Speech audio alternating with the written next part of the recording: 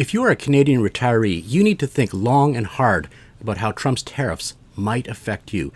There is good and bad to consider, and that's what we're going to explore today.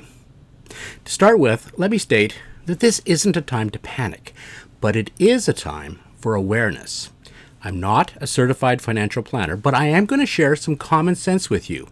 You decide if it makes sense and work out the details with your financial advisor. Free trade deals are designed to increase the size of the pie for everyone. The goal is for everyone to benefit. But the goal of Trump's tariffs are to transfer wealth and jobs to the United States. Plain and simple. So if you don't think Trump's tariffs are going to work the way Trump says they're going to work, then you don't have anything to worry about. But if you think they're going to do what Trump says, then there is going to be a drag on the Canadian economy. Less economic growth, less revenue for Canadian businesses, less jobs for Canadian workers. And a side effect of that is less government revenues to support social programs. Canadian bank stocks are a staple of retirement savings. They're viewed as stable companies with long histories of paying dividends. For example, the Bank of Montreal has been paying a dividend for more than 200 years. That's a message that Canadian retirees like to hear. But banks make most of their money by loaning money to individuals and businesses. If there's less economic activity in Canada, there'll be less loans and less profits. And that would be bad for Canadian banks. Something else to be aware of is the extent that Canadian banks have American subsidiaries. Many of our big banks are getting 20 or 30% or more of their revenues from the USA. If the American economy is growing strongly, that could actually be good for Canadian banks. So it's complicated. It could be good, or it could be bad. And that's why you should be talking to your financial advisor. Don't just leave your savings parked and never look at it. Have a review with your financial advisor to see if you're well positioned for the stormy weather ahead, because it's going to be stormy.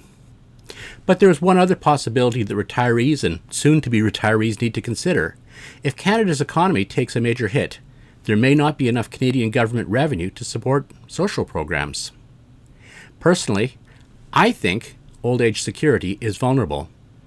The government spends tens of billions of dollars on OAS each year. Now, to be clear, I think OAS will continue to be there for the poorest Canadians. But if government revenues fall, I can see the government reducing the OAS benefit for the middle-class retirees.